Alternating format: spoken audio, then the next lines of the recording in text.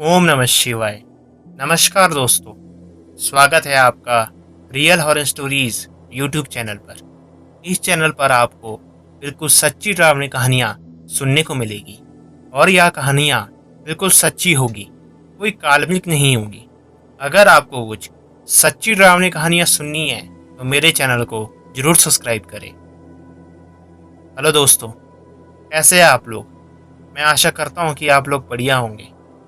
दोस्तों, आज की इस वीडियो में मैं काले जादू की सच्ची डरावनी कहानी लाया हूँ, जिसे सुनकर आपको जरूर डर लगेगा।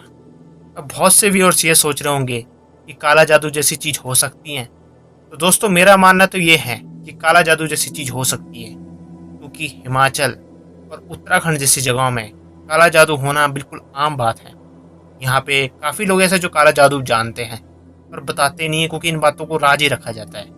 और वैसे ही मैं आपको एक घटना लाया हूँ, बिल्कुल सच्ची घटना, जिसे सुनकर आपको जरूर मजा आएगा। अगर आपको वीडियो अच्छी लगे तो वीडियो को लाइक जरूर कीजिए और चैनल को जरूर सब्सक्राइब कीजिए। तो चलते हैं अपनी कहानी की ओर। यह कहानी जिन्होंने मुझे बताई है, उन्होंने अपना नाम लेने में मुझे बोला है कि मेरा नाम मत बनाना, मैं उनका काल्पनिक नाम लेके इस कहानी को शुरू करता हूँ। तो मैं उनका काल्पनिक नाम राजू रखता हूँ। मेरा नाम राजू है और मैं 38 साल का हो चुका हूँ। मैं जो घटना आप लोगों को बताना चाहता हूँ ये मेरी मम्मी की है। मेरी मम्मी वो आज गुजरे हुए 15 साल हो चुके हैं। उन्होंने एक अच्छी जीवन जिया, पर उनके कुछ ऐसे राज थे जो मैं आप लोगों को बताना चाहता हूँ इस चैनल के माध्यम से। मेरी मम्मी के हम 2 लड़के थे, एक मैं और एक मेरा बड़ा भाई। पर मेरे बड़े भाई की मृत्यु मेरे बचपन में ही हो गई थी। मेरी मम्मी का सिर्फ मैं ही लड़का था। मेरी मम्मी मुझे बहुत प्यार करती थी।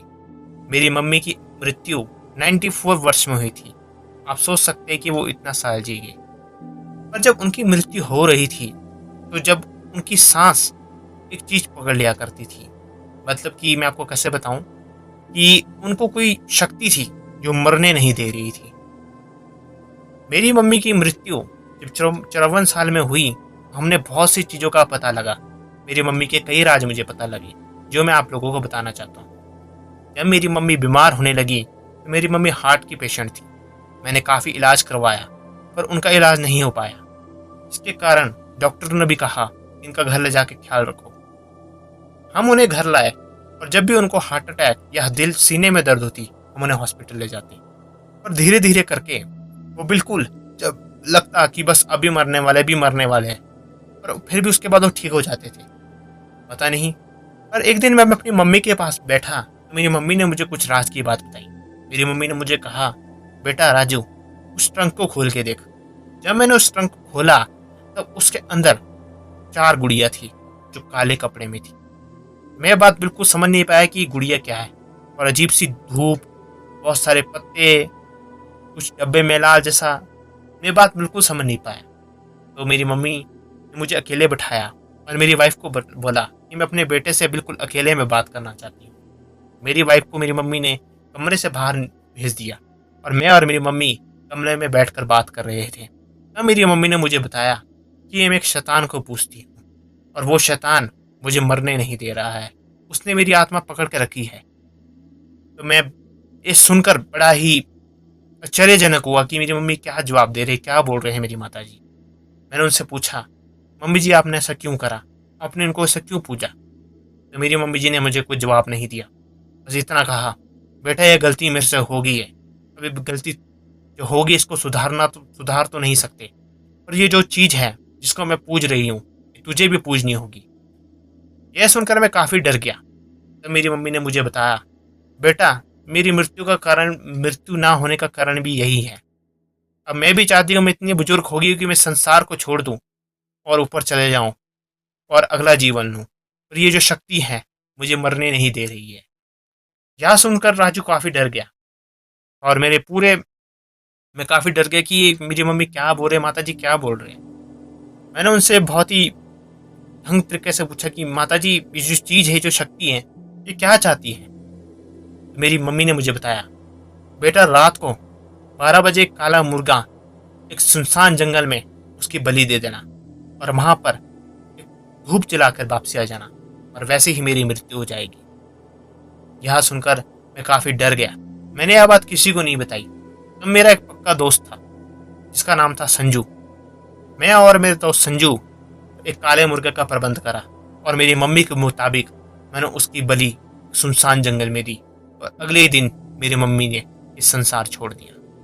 तब हमें जाके पता लगा कि मेरी माताजी एक बहुत ही खतरनाक शक्ति को पूजती थी जो नेगेटिव पावर थी, जिसके कारण उनकी मृत्यु नहीं हो रही थी।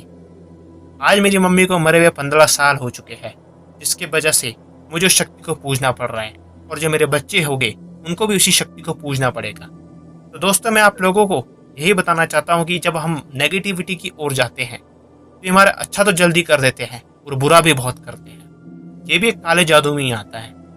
तो दोस्तों, ये थी हमारी पहली कहानी। मैं दूसरी कहानी बताता हूँ आपको। एक दोस्तों, आजकल जो हिमाचल के व्यूअर्स है, इस वीडियो को जरूर देख रहे हो। आजकल बड़ा फैला है कि भाई विष दे देना, पैसे में विष दे दिया, शराब में विष दे दिया, रोटी में विष दे दिया। जो हिमाचल का व्यूअर होगा, जो हिमाचल से बिलोंग करता हुआ, ये मेरी बात जरूर समझ सकता है मैं क्या बोल रहा हूँ, विष क्या बोल रहा हूँ। तो ये घटना मेरी ही दोस्त की, उसका नाम है मनीष। मेरे दोस्त मनीष को एक विष दे दिया। ये भी एक प्रकार का काला जादू होता है। जिस व्यक्ति को विष दिया जाता है उसके पेट में बहुत दर्द होती है और जो भी खाता है वो उल्टी हो जाता है और बिल्कुल पतला हो जाता है। लोग बताते हैं कि विष अगर 2-3 प्रकार का होता है। एक होता है सिंपल और एक होता है थोड़ा मध्यम, और जो तीसरा होता है उसमें व्यक्ति की मृत्यु हो जाती है।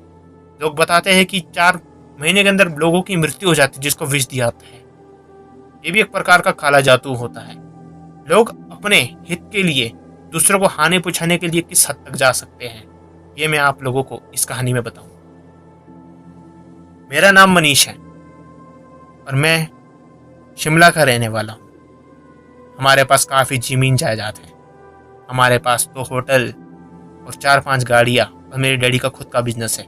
मैं अपने डैडी का अकेला लौता लड़का हूँ, इसलिए मेरे डैडी हमेशा मुझे खुश रखते हैं। मेरे पास गाड़ी और काफ़ी महंगी महंगी चीज़ें हैं। मेरे दोस्त भी इस चीज़ को लेके काफ़ी जलते हैं, ये बात मुझे पता है, इसलिए मैं अकेले ही रहता हूँ। पर एक दिन मैं अपने दोस्त के घर गया और उसने मुझे अपने घर में खाने को बुलाया था। मैंने उसके घर में खाना खूना खाया और रात को जब घर आया तो मेरे पेट में बहुत तेज़ तेज़ दर्द होने लगा। बहुत दर्द इतना तेज़ था कि मेरे पापा मुझे रातों रात हॉस्पिटल ले गए। हॉस्पिटल में जाके जब चेक कराया तो डॉक्टर ने कहा सब कुछ नॉर्मल है और कुछ दवाइयाँ देके घर को भेज दिया गया। कुछ दिन तो मैं ठीक रहा, उसके बाद मुझे और दर्द होने लगी। फिर जब डॉक्टर को दिखाया तब भी उन्होंने नॉर्मली बताया। हम ये बात समझ नहीं पा रहे थे कि हो क्या रहा है। मेरे को रोज़ पेट में दर्द होती, मैं जो खाता वो उल्टी हो जाता, कुछ भी पच नहीं रहा था। धीरे धीरे मैं काफ़ी कमज़ोर हो रहा था। तब मेरी दादी ने मुझे बताया ये कुछ और ही ऊपरा चक्कर है, इसलिए किसी इसको पंडित से दिखाते हैं। जब पंडित जी से दिखाया तो पंडित जी ने सारे राज बता दिया कि इसको किसी ने विष दे रखा है और यह विष बहुत ही घातक है। ये लड़के का अगर जल्दी इलाज नहीं करवाया तो आपका बेटा 4 से 5 महीने में मर जाएगा। यह बात सुनकर मेरे पापा बहुत रोने लगे और दादी भी रोने लगी, मम्मी भी बहुत रोई। इसलिए हम विष का इलाज करने के लिए काफ़ी जगह गए। फिर हमें किसी ने एक मंदिर के बारे में बताया कि वहाँ पर विष को झाड़ा जाता है। जब हम उस मंदिर में गए तो बाबा जी ने मेरा 3 दिन तक इलाज किया और उस विष को निकाल दिया। और बाबा जी ने मुझे बताया ये विष दिया था ये तुम्हारे ही किसी अपने दोस्त ये करीबी ने दिया था। यह बात सुनकर मैं काफ़ी डर गया कि मुझे अपने करीबी दोस्त ने दिया। फिर मेरे मन में बात आई कि उससे एक दिन पहले मुझे किसी मेरे दोस्त ने खाने पे बुलाया था और 3-4 लड्डू दिए थे।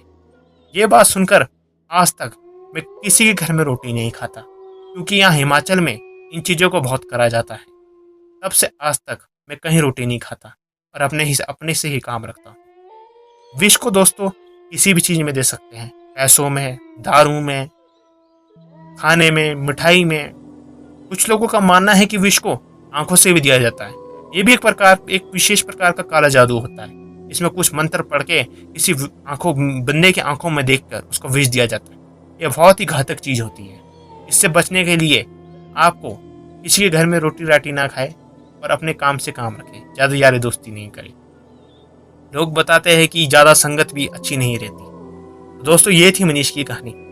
और आपको आज की कहानियाँ कैसी लगी? अगर अच्छी लगी तो चैनल को जरूर सब्सक्राइब करें। आगे मिलते हैं और कुछ सच्ची डरावनी कहानियों के साथ। और अभी के लिए ओम नमः शिवाय। पर इससे पहले मैं आप लोगों को एक चीज़ बोलना चाहता हूँ। दोस्तों, मैं इस चैनल पर जो भी कहानियाँ लाता हूँ बिल्कुल सच्ची होती है, कोई काल्पनिक नहीं होती है। तो कृपया करके इस चैनल को जरूर सपोर्ट करें, लाइक करें वीडियो को, चैनल को सब्सक्राइब करें और आगे मिलते हैं और कुछ सच्ची डरावनी कहानियों के साथ। अभी के लिए दोस्तों, ओम नमः शिवाय।